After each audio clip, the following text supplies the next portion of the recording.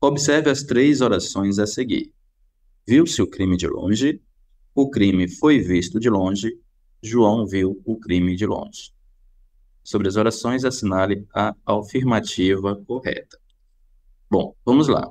Aqui nós temos perguntas relacionadas à voz passiva, voz ativa, agente da ação, sujeito.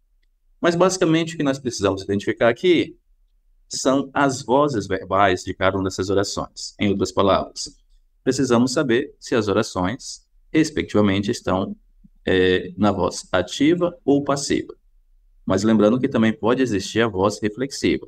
Não vai aparecer aqui no exercício. Vamos lá. Quando eu digo, vou começar pela terceira, tá? Quando eu digo, João viu o crime de longe, qual o sujeito? Quem viu o crime de longe? A resposta é João. Então, aqui nós já temos o sujeito identificado. Mas, o sujeito simples, inclusive, mas observe, João viu o crime. Esse sujeito pratica a ação, ele vê o crime de longe. Quando o sujeito realiza a ação indicada pelo verbo, então nós temos uma oração que está na voz ativa. Por outro lado, na segunda frase, nós temos o crime foi visto de longe. O que foi visto de longe? O crime. Este é o sujeito, mas observe que o crime ele não realiza qualquer ação. O crime não vê nada. Ele é visto por alguém.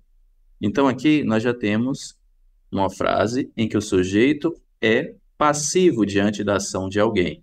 Então, esta é uma oração que está na voz passiva. E, inclusive, essa estrutura, sujeito com foi visto, locução verbal, é uma estrutura de voz passiva analítica. Poderíamos ter, inclusive, a presença aqui também de um agente da passiva. Por exemplo, o crime foi visto de longe pela população, seria um agente da passiva. E quanto à primeira sentença, que eu deixei por último, você concorda que esta frase diz basicamente a mesma coisa da número 2? O crime foi visto de longe, viu-se o crime de longe. Ela apenas foi reestruturada de uma forma diferente. Mas aqui também nós temos um exemplo de voz passiva.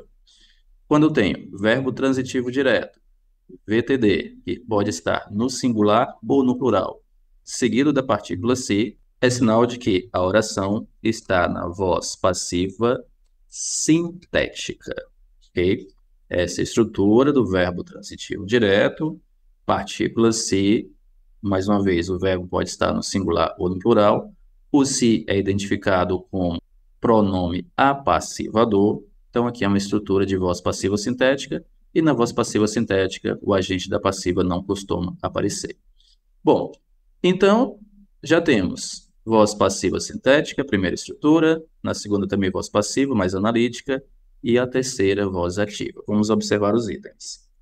Todas as frases estão na voz passiva, negativa, a última está na voz ativa.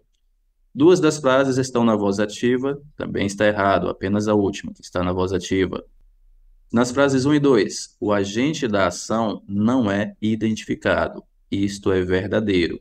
Quem seria o agente da ação? O agente da passiva. Em nenhuma das duas orações, esse agente foi identificado. A alternativa correta é a do item C. Mas dando continuidade, nas frases 1 e 2 não há sujeito expresso? Há sim. Na voz passiva, nós temos o sujeito. Quem foi visto de longe? O crime. Inclusive, esse sujeito pode ser classificado como sujeito paciente, sujeito da voz passiva. Na mesma situação, mesmo na voz passiva sintética, também temos que o crime pode ser marcado como esse sujeito da oração. Então, assim, sujeito expresso nas duas primeiras sentenças que estão representadas, escritas na voz passiva.